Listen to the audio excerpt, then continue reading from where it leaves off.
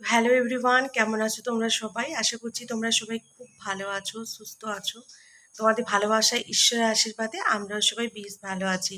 কালকে রাতে ওরকমভাবে বৃষ্টি পড়াতে আর বাজ পড়াতে আমার সোনাই এতটাই ভয় পেয়ে গেছিলো যে আর আমি ভিডিওটা কমপ্লিট করতে পারিনি। কেন কি ছেলে আমার কাছেই সব থেকে বেশি ইম্পর্টেন্ট, ভিডিও নয়। তো তখন দেখলাম যে ওর চোখ মুখ একদম চুপচাপ হয়ে গেছে। তা ভাবলাম যে না, আর কথা না বলে এই ভিডিওটা এটাই আপলোড করে দিই। তারপরে আবার পরে একটা ভিডিও করে আমি তোমাদের সাথে শেয়ার করে দেবো। আরও অনেক কিছু কথা বাকি আছে, সেগুলো বলবো। তো সেটা হচ্ছে এই যে আমাদের জলহস্তি নবদম্পতির বউটা বলছে, জলহস্তি বউ বলছে যে আমরা পড়াশুনো করেছি। অনেকেই হয়তো কমেন্ট করেছে যে তোমরা কি পড়াশুনো করনি, অশিক্ষিত, যে তোমরা কোথাও কাজ করতে পারছো না, লোকের দান দক্ষিণা নিয়ে তোমাদেরকে বেঁচে থাকতে হচ্ছে, বা ইউটিউবেতে এসেই তোমাদেরকে ইনকাম করতে হবে। অনেকে কমেন্ট করেছে। কেন কি দেখো, এখানে দর্শকরা হচ্ছে সব থেকে বড় জাজ আমাদের কাছে। আমরা কন্ট্রোভার্সি ক্রিয়েটাররা যতটা তুলে ধরার চেষ্টা করি তার থেকেও কিন্তু পুঙ্খানুপুঙ্খ সঠিকভাবে কিন্তু দেখে যারা, তারা হচ্ছে দর্শক বন্ধুরা। তারা তাদের যে অনুমান বা তারা যে দৃষ্টিভঙ্গিতে ভিডিওটা দেখে, তারা কিন্তু তাদের মনের থাকা সেই প্রশ্নটাই কমেন্টে লিখে যায়। তো অনেকেই বলেছে, তো সেখানটায় আমাদের জলহস্তি বউ রিপ্লাই করেছে যে না, আমরা পড়াশুনো করেছি, আমরা দুজনে একই কলেজ থেকে পড়াশুনো করেছি। তো এবার প্রশ্ন আসছে, মানুষ যদি একই কলেজ থেকে পড়াশুনো করে থাকে তাহলে আমি ধরে নিচ্ছি যে গ্র্যাজুয়েট পর্যন্ত পড়াশুনো করেছে।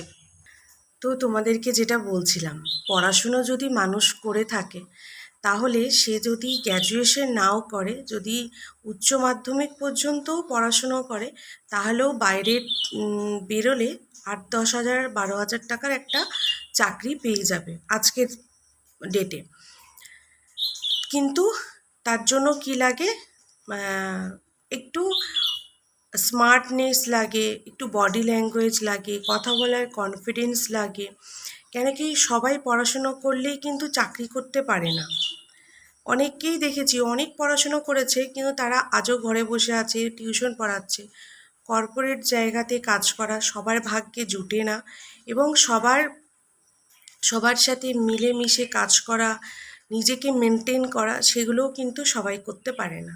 তো এই জলহস্তি আর জলহস্তির বর, এরা দুজনেই দেখছে যে ওয়াইটিতে প্রচুর নোংরামো করে টাকা ইনকাম করা যায়। আর এটা এখন ট্রেন্ডিং চলছে, বিয়ে করো, ওয়াইটিতে চলে এসো, ভিডিও করো, ছাড়ো, আর ভাইরাল হয়ে যাও। একটু নোংরামো করলেই তো ভাইরাল।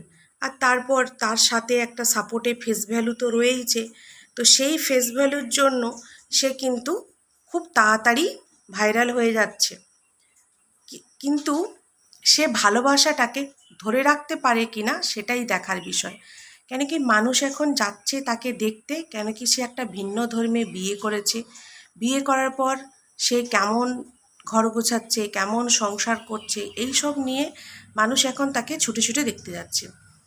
কিন্তু এই জিনিসটা ও বেশি দিন ধরে রাখতে পারবে না। কেন কি প্রত্যেক ভিডিওতে যদি বলে আমি কাপড় কাচতে পারছি না, আমার হাত ব্যথা হয়ে যাচ্ছে, আমি ঠান্ডা জল খেতে চাইছি, পাচ্ছি না, তার মানে কি মানুষের কাছে ডিমান্ড করছে। সোজা কথায় না বলে কথা ঘুরিয়ে বলছে আমি পাচ্ছি না, মানে ওর এখন একটা ওয়াশিং মেশিনের দরকার।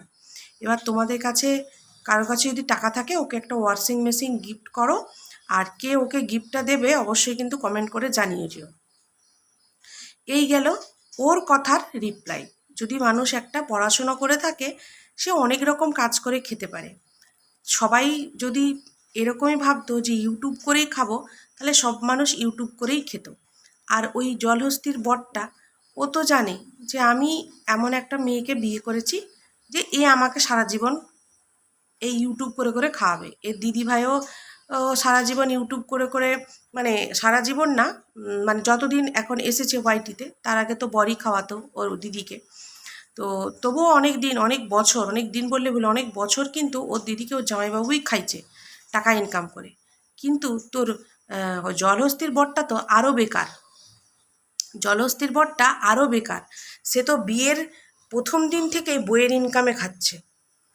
হ্যাঁ, সেই জায়গায় স্যান্টিবাবু আমাদের অনেক ভালো, সে তো অনেক দিন ইনকাম করে খাইছে বউকে। তারপর এখন বউ ইউটিউব করছে, টাকা ইনকাম করছে, কী দরকার আর টাকা ইনকাম করার? একটা পরিবারে যদি মাস গেলে 70-80 হাজার 90,000 টাকা ইনকাম হয়, তাহলে কোনো তো দরকার নেই। আর এই যে সবসময় বলছে আমাদের নাই, আমাদের এটা প্রয়োজন, আমাদের এটা প্রয়োজন, এই যে সবসময় গাইছে তোমাদের কাছে ভিডিওতে, তোমরা কারা এত বোকা গো? তোমরা কেন এদের কথাতে ফাঁসছো? তোমরা কেন এদের কথা বিশ্বাস করছো? এদের বিয়ের ভিডিওগুলোতে, মানে এই 1 মাস ধরে ভিডিওতে যে ভিউজ পরিমাণ পেয়েছে, এই মাসের 21 তারিখে যে ওদের পেমেন্টটা ঢুকেছে, একটা ভালো হিউজ অ্যামাউন্ট টাকা ঢুকেছে।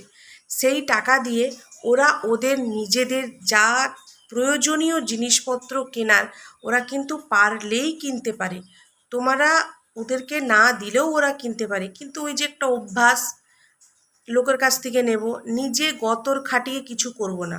আর ওই জলহস্তিটা বারবার বলছে নতুন সংসার তো, খুব কাজ, ভিডিও এডিট করতে পারছি না, তাই পুরনো ভিডিওগুলো সব রয়ে যাচ্ছে, জানো তো, তোমাদের কাছে দিতে পারছি না। বলি বন্ধুরা, একটা বাড়িতে না আছে বাসনপত্র, না আছে আলনা, না আছে কোনো আলমারি, একটা শোকেস কিনেছে, একটা খাটের চাদর বেছাতে আর ঘর ঝাড় দিতে মুছতে এত কাজ। তাহলে যারা আমরা এত বড় সংসার সামলে, বাচ্চা সামলে বাইরে কাজ করতে যাই, তাহলে এদেরকে যদি কাজ করতে যেত, তাহলে তো জলহস্তি কবে হাঁপিয়ে একবারে উপর চলে যেত। ওই ঘর মুছতে, বিছানা ঝাড়তে ও মরে যাচ্ছে, এত কাজ, ভিডিও এডিট করার সময় পাচ্ছে না। তাই জলহস্তির কি হতো? আমাদের মতো যদি কাজ করতে হতো, জলহস্তি তো কবে টাটা বাই বাই হয়ে উপরে উঠে যেত। আরেকটা কথা এবার তোমাদেরকে বলি, ওদের কাজ শুধু একটা কাজই হচ্ছে, ঠিক আছে, বুঝে যাও তোমরা, আমি আর বলছি না, ওই কাজ নিয়েই ওরা ব্যস্ত, আর কোনো কাজ হচ্ছে না। এটা একটা কাজই হচ্ছে, সেই জন্য ভিডিও এডিট করতে পারছে না। আরেকটা কথা তোমাদেরকে বলি, তোমরা যে বলছো যে ওর মায়ের সাথে কথা হয়, একদম হয়, একদম হয়। একটা মেয়ে সে যতই ভিডিও করার জন্য আমাদেরকে যতটুকু ভিডিওতে দেখাচ্ছে, ততটুকু দেখানোর জন্য যতটুকু দরকার ততটুকুই দেখায় তো ওরা, তার বাড়িতে দেখায় না। তারপরেও সে যেভাবে এক্সাইটমেন্টের সাথে সব কিছু করছে, ঘুরতে যাচ্ছে, খাচ্ছে, তারপরে তো কারোরই মনে হবে না যে ওর মা বাবার সাথে ওর যোগাযোগ নেই। বাবার সাথে হয়তো নাও থাকতে পারে, বাবারা একটু রাগী হয়, কিন্তু বাবারা একটু নরম মনের হয়। ওপর থেকে বাবারা দেখায় যে খুব শক্ত, কিন্তু ভেতর থেকে বাবারা মায়েদের থেকেও নরম হয়, কিন্তু বাবারা একটু রাগ দেখিয়ে থাকে। তো বাবার সাথে কথা হচ্ছে কিনা আমি বলতে পারবো না, তবে 110% শিওর যে ওর মায়ের সাথে কথা হয়, এবং ওর মা সমস্তটা মেনে নিয়েছে যে ঠিক আছে, আমার মেয়ে যখন খুশি আছে। দেখো, মা বাবার কাছে সন্তানের খুশির আগে তো কিছু নেই। এবার দেখতে পাচ্ছে জামাই ইনকাম না করুক, কিন্তু মেয়ে তো ইনকাম করছে, মেয়ে ইনকাম করাতেও তারা যদি সুখী আছে, খুশি আছে, তাহলে আমাদের এখানটায় আর মন খারাপ করে বা কান্নাকাটি করে কোনো লাভ নেই। তো সেই জায়গা থেকে তারা তাদের মতো করে নিজের মনকে বুঝিয়ে নিয়েছে। আর এই যে একটা কথা বলছে, ভবিষ্যতে এখানে থাকবো কি না জানি না, তুই এখানেই থাকবি, তুই রানাঘাট ছেড়ে জলহস্তি কোথাও যাবি না। তার কারণ তুই রানাঘাটে তোর দিদিকে পেয়ে গেছিস, একটা ভাইরাল ফেস, ঠিক আছে। ওই দিদির যদি কোনো ইউটিউব না থাকতো, কোনো ফেস ভ্যালু না থাকতো, কোনো সোর্স না থাকতো, তাহলে তুই মরে গেলেও এই রানাঘাটে আসতি না, তুই অন্য কোথাও যেতি। কিন্তু তুই সুযোগের সদ্ব্যবহার করার জন্য রানাঘাটে এসছিস। তো তুই এখানেই থাকবি, আর লোককে এটাই বলবি যে চট করে এসে তো বরের জন্য দোকানপাতি এই সমস্ত করা সম্ভব না, তাই তোমরা কিছুদিন দান ধ্যান করো, আমরা বেঁচে থাকি, তারপরে ইউটিউব তো রয়েছেই, সেখান থেকে কিছু ইনকাম করলে আমাদের সংসার চলে যাবে। আচ্ছা, এই গেল ভিডিওর, ওর পুরনো ভিডিওগুলোর টপিক।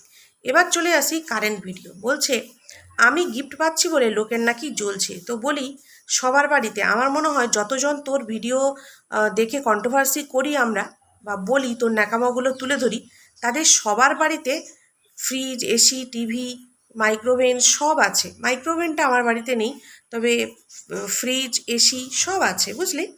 তো তোর কাছে এমন কিছু নেই যেটা নিয়ে মানুষ তোকে হিংসে করবে। আর দ্বিতীয় কথা এটা, যতজন আমরা কন্ট্রোভার্সি করি, এটা মানে মোটামুটি যতজনকে আমি দেখেছি, সবার বাড়ির অবস্থা মোটামুটি